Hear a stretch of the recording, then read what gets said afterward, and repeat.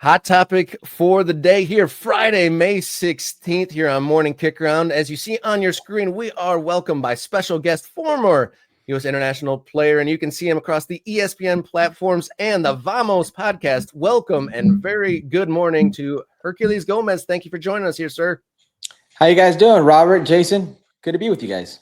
Good to have you, Herc. It's been a little while. I'm glad we could get you on. Appreciate your time. Absolutely. Yeah, Herc's the hardest working guy in American soccer media, I think, and he's doing it in multiple languages and covering all these leagues. But I thought, Herc, we would grab you on the events around Inter Miami recently. It's been a wild one, and I thought, I think I reached out to you after what happened on the weekend with Inter Miami and everything that went down with Minnesota United beating them and David Beckham jumping into the mentions and all of that stuff. And then we had Wednesday night in San Jose, Lionel Messi not too happy with Joe Dickerson. It seems to me, and maybe this was always an bubbling undercurrent, but does it feel to you like Inter Miami is becoming extra villainous for American soccer fans right now? I've not thought about that, Jason, but quite possibly. I think the allure of Messi will never wear off, but it's starting to wear on American football and American soccer. And I'll tell you why. There are hardcore Major League Soccer fans. There are just people who enjoy their footy in the States and in Canada who liked it the way it was and maybe don't care so much for the sideshow, don't care so much to be pushed out by these ticket vendors, pushed out by the media circus that comes with Inter Miami, and rightfully so Messi, who's, in my eyes, it's not arguable, he's the greatest player of all time, but let's just say arguably the greatest player of all time. So it comes with the territory. They want to watch their team. They don't want to go to their stadium and see pink jerseys, Argentina jerseys everywhere. So it's getting a little tiring. I'm sure the show, the spectacle at first was something to behold, but now they want to go about their day. They want to go about their footy. So they're starting to dissect, they're starting to analyze, and they're starting to poke the bear. And that bear is Inter Miami, and the biggest part of that bear is Lionel Messi. And we've seen it now, whether it's Jorge Mas, whether it's David Beckham, whether it's Jordi Alba in Monterrey lashing out at fans, Sergio Busquets talking to reporters in Spain, the DAZN reporters, or Lionel Messi himself, the frustration within, it's coming to a boil. It's coming to a head. So I think all that is on display. I've never thought of them as villains, but now that you mention it, I can see how, to the American fan, they're getting tired of Inter Miami. I saw the ire of it firsthand. I was in the Cleveland Stadium when they moved the Columbus versus Miami there, and you could pick the pink jerseys out all across the stadium. And I definitely saw the ire firsthand. Of the power teams, though, we mentioned the frustration on the field of the teams separating here in the 2025 season. Is Inter Miami the close to like maybe falling off from that top level? Are they walking a tight line right now? Well, I'll answer that in a second. That whole Cleveland thing. Am I allowed to say bullshit on here? Can I say bullshit? Yes, absolutely. That was complete bullshit. And that's what I'm talking about right there. There are diehard Columbus Crew fans like that were of the movement. #save the crew. Like put their literally hard-earned dollars on the line to keep Columbus in Columbus after Anthony Precourt wanted to take them to Austin. And here you go making a sideshow of your team and taking them to Cleveland because of Messi, selling out for your team, selling out for those hardcore fans, those individuals that were literally on the front lines to keep that team there, and you're taking it to Columbus or to Cleveland, excuse me. So that's exactly what I'm talking about. Yeah. That's a type of thing that those fans are. It's unfair. That's I digress, but that's my rant on that. And it's Major League Soccer. You're talking to a guy who retired off a championship with the Seattle Sounders, and we were dead to rights last. Right before the All-Star break.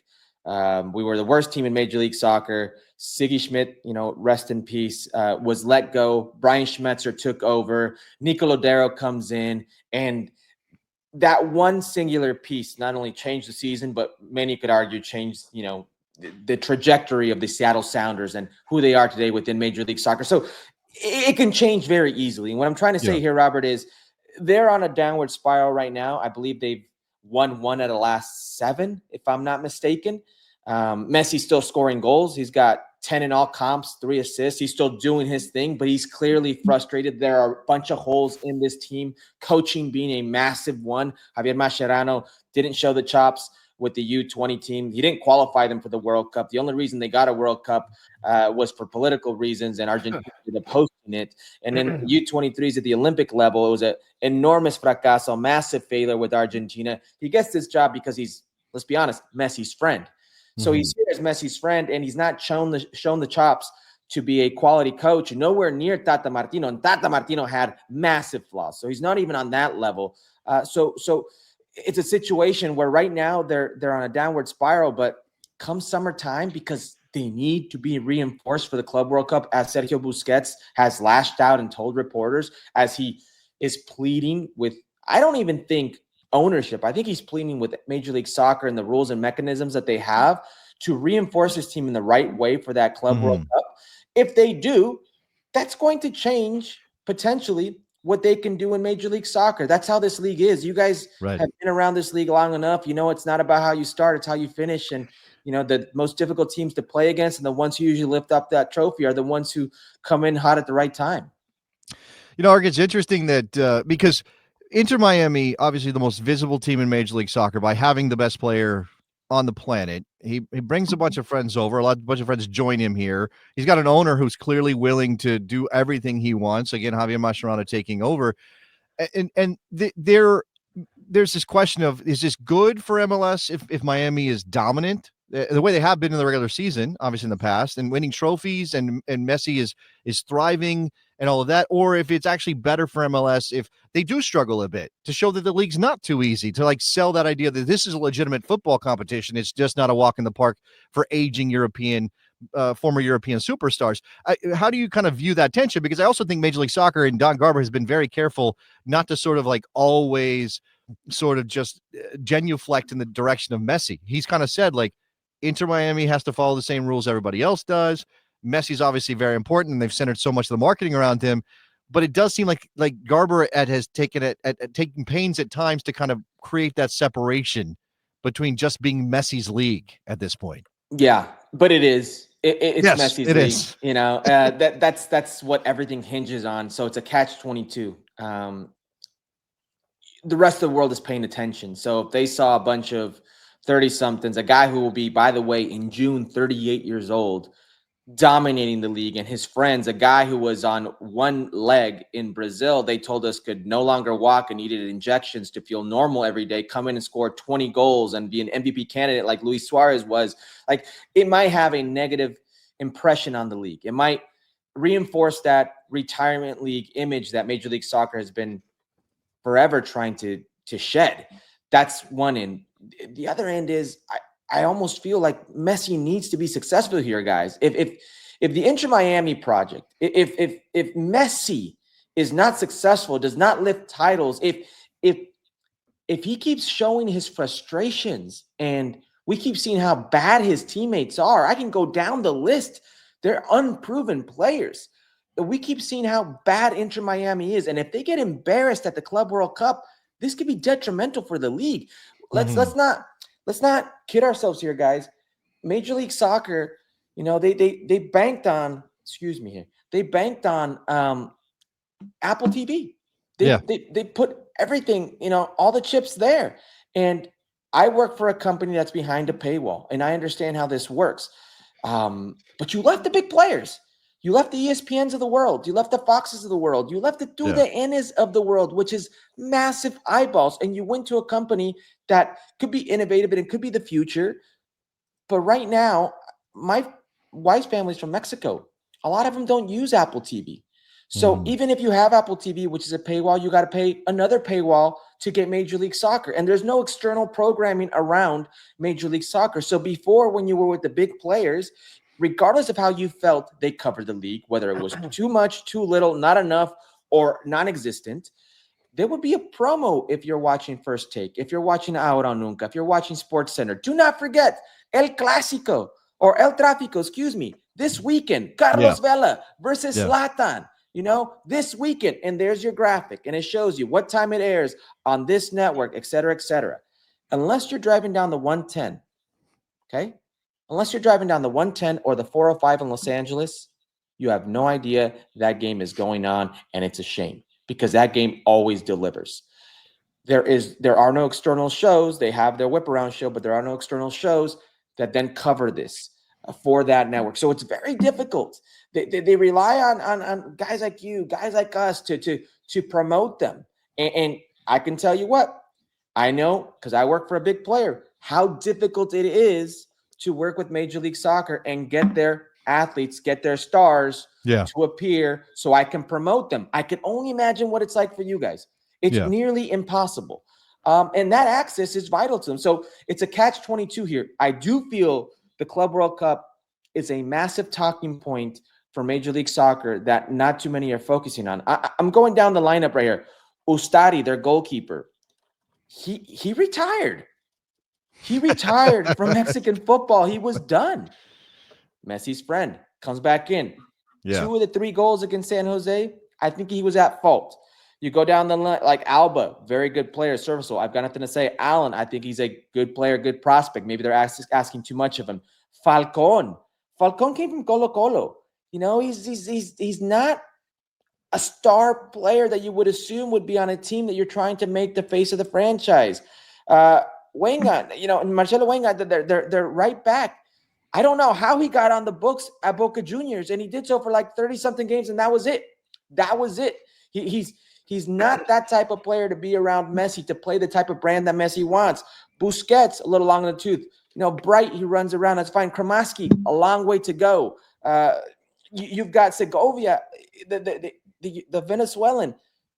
These are interesting prospects, but they're not players right now that you would say are anywhere near Messi's level to put on a show. Allende, likewise. Redondo, if he had the talent now that his father's toenail had when he was a player, he'd be 10 times the player he was or he is right now. There's just so many factors around this team, so many holes. It's going to be on display for the world come this summer.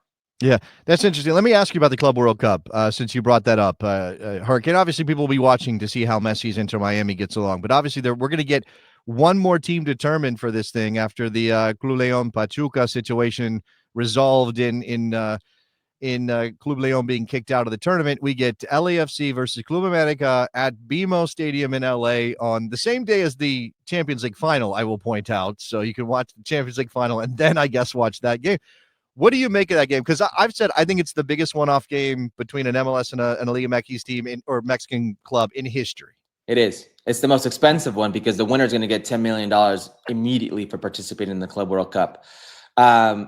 This Club World Cup makes you think. FIFA makes you think. And I know we're talking about an extremely squeaky clean organization that will never be put under question and should never, ever be assumed that their best interest isn't the sport of the game or isn't the integrity of the sport, excuse me.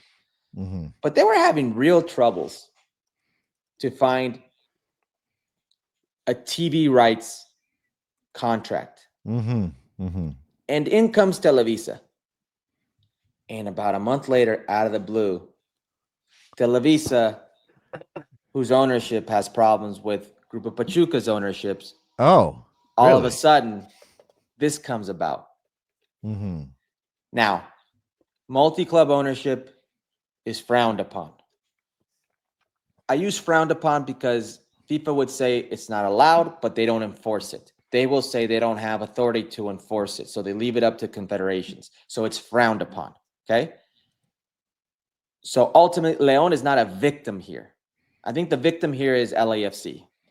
Okay. LAFC should not be having to play against the best team in the region today to qualify for a tournament that was hosted 2 years ago, that they were the runner-up. If this is a beauty pageant, they'd be next one up. Next beauty queen up, that's it. You're not going to face off this year's beauty queen. You're not. That would be theirs. That would be theirs. They would come in. So I think they're the only victim here. Okay. But a one-game playoff where now you can sell the TV rights and now you can pick and choose where it is, because it's not going to be in Mexico. It's not going to be in New York. It's going to be in LA, a big market.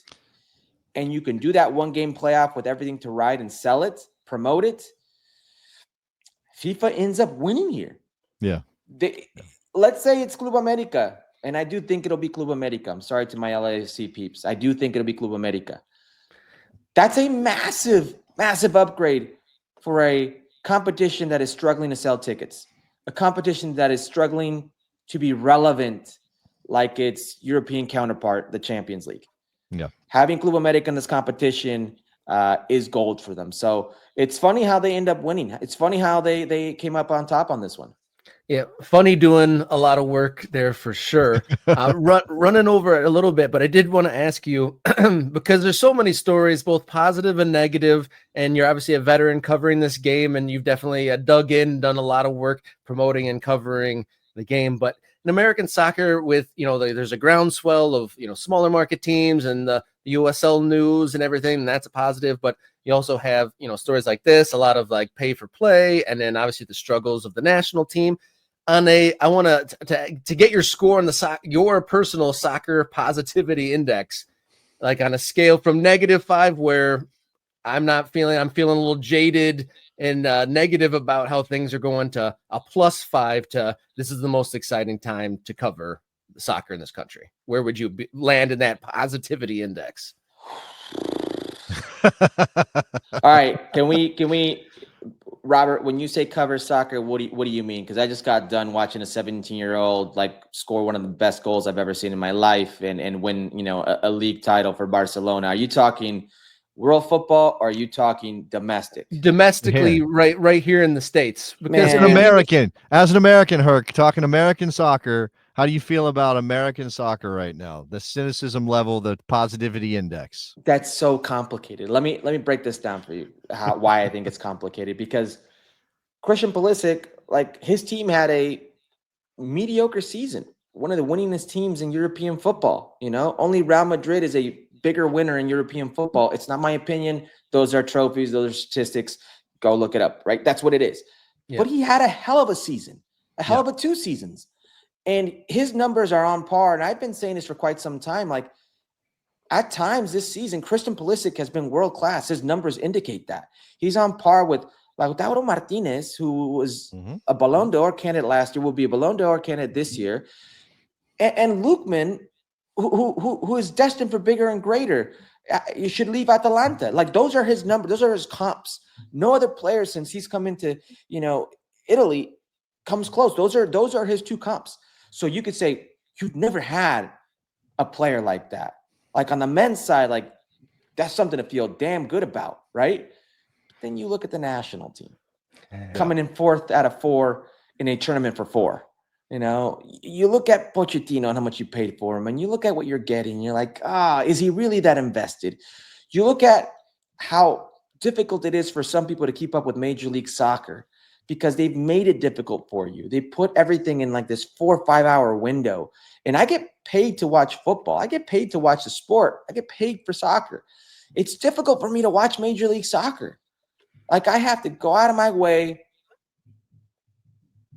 find it, either say I dedicate this time to it and say I can't watch these other things that I'm going to talk about Monday through Friday about, or I watch it the next morning. Like, it's so difficult for me to find games that I can watch in Major League Soccer that I say I have to watch this. I got to watch Inter Miami because it's Messi, right? I want to watch the LA Markets because I think they're important. I want to watch the Sounders because I think they're a culturally an important team in the spectrum of U.S. soccer. But it's so difficult to really find the time, and they allow me to watch it. They don't do a good job of saying this is what's going to happen. Like, Liga MX has their flaws, but you could Friday, Saturday, Sunday, and sometimes Monday find games, and they will hardly ever cross over. I know the amount of games makes it difficult, but I wish Major League Soccer was better at that. So it's a long answer, but I don't feel, even though Messi's here for American soccer, this is better than the 2019 year where Carlos Vela, and Zlatan Ibrahimovic were going at it. I covered that on a big network, and we had that on SportsCenter. We had that on Aro Nunca. We had that on Football Americas all the time. There would be First Take talking about Zlatan, PTI. Like, that's just the network I work on. It felt like there was more going on and more to feel positive about back then. But I think it goes in waves now. So I'm going to say, if you go +5, -5, I'm going to say I'll give it a 2. Okay. All right. I'm All right. glad to hear we're at least in the positive range. Yeah, because that's Messi. good. Well, are you so kind of like alongside that? Just again, we'll finish with this. Does that mean you are positive about next year and what the World Cup means for soccer in this part of the world? Well, you know me, Jason. I'm a big bowl of sunshine, so I'm always positive. I think we have to reevaluate expectations for the U.S. men's national team. Okay, but that's different than what I'm kind of asking about the impact of the World Cup. But obviously, men's national team's fortunes are tied to that. Jay, we're around the same age, and I don't know what 1994 meant to you, but like that's the first time the World Cup came around about my radar, Yeah, and I can remember how that changed me. I can remember how each individual World Cup shaped me. Yeah. I was 18 years old watching Landon Donovan and DeMarcus Beasley in the 2002 World Cup, and I told myself, fuck that. That's where I want to be. Yeah. You know, like you speak to Matt Turner, he'll tell you Landon Donovan's goal against Algeria in 2010, the World Cup that I was part of, was what made him want to be part of the U.S. men's national team. 1994 spawned the birth of a domestic league. Like and today, till this day, is still the most successful World Cup on the books for FIFA. Now you're going to expand it, 40 plus teams. And what I feel is a country more ready than it was before. I think this has the potential to be, I don't think we're even talking potential. It's going to be the best World Cup in history, just in the books. Off of finances, off of attendance, off of attention. We have social media now. I think it has the potential to change the game in the States and in Canada and in Mexico the way that it did in 1994. Okay. That's good. I like that, Herc. You are a big bowl of sunshine. You're bringing it today. Appreciate it. I try. Mr. Herculez Gomez, thank you so much for waking up super early with us. Your time. I'm on the East Coast, my guys. I've been up. Oh, you are? Yeah. You might see some bears behind me. We've had little cub bears back here this past week. Well, thank you for braving bear country and joining us here on Morning Kick Around. You can find Herculez Gomez content. He's all over the ESPN platforms. Check out the Vamos podcast. Mr. Gomez, thank you so much for joining us here on Morning Kick Around, and hope to see you sooner than later. Anytime, Robert, Jason. Thanks a lot, guys. Yeah, bye-bye. Thank you. All right, thank you to everyone. Yeah, Herculez Gomez, that was great. I had about 19 more questions I could have asked, but I appreciate the time spent. And thank you, viewer, for spending the time with us today. Hit the subscribe if you haven't done so already. Hit membership if you want to help us. The more time we get to spend booking guests, the more time we get great guests like Herculez Gomez. Can I a little self-promotion outside of Morning Kick Around? It still lives on YouTube. I did a series of kind of long-form interviews with some people a couple years ago for a project I conceived of that really didn't go anywhere after this, but I did a long-form interview with Herculez Gomez. His story as a player, starting out in Las Vegas, playing in men's leagues as a ringer, being hired by like restaurant owners because he could score goals, getting spotted in San Diego, playing for I think the San Diego Nomads or something to get signed by the Galaxy. Ended up he went down. He talks about going to Mexico when he was a kid, when he was very young, 18, 19 years old, to see games in like the Azteca, wearing a U.S. men's national team gear. Like Herculez Gomez has a great story in soccer. If you are interested in Herc's story and not just his comments and his opinions, which are obviously excellent, go find One Shot on Frame on YouTube, and there's a Herculez Gomez episode if you want to watch that. And for promoting our own stuff, look at Oakland County FC's stuff. Media director over there. We've been producing lots of great stuff, taken to a whole nother level. And we got our local derby tomorrow in Royal Oak. But that's the show for Friday. I believe I was doing the like and subscribe things, and do so more than ever. We are, past, I think we're coming up on 2,200 subscribers, on our way to 5K and then 10K. And then I think 10K is about around the goal of a 5-time a week show, something like that. I think something like that. Yeah. We haven't put should we do it? It's like, and they always tell you, like, you have to have a goal because people want to be able to see how close they're getting. Like the telethons do this, right? Like, oh, look at how close we are to our goal. And that encourages more people to get on board. So, yeah, I mean, I guess we need that rush of people. And if we get to 10K, we could absolutely justify a 5 times a week show, I think. Absolutely. And again, when we get to some goals, we'll do some bonus content. If you Rob's already pushed become a member, become an MK Ultra on YouTube. If you do that, you get access to some bonus stuff. I think we're going to try to do some bonus content for our members coming up in the very near future. So look for that. Yeah. Like, subscribe, follow along on social media, X, Instagram, and the Blue Sky. It's at mkickaround. You can write us an email, morningkickaround@gmail.com. Find us on your favorite podcast platform. Just search for Morning Kickaround.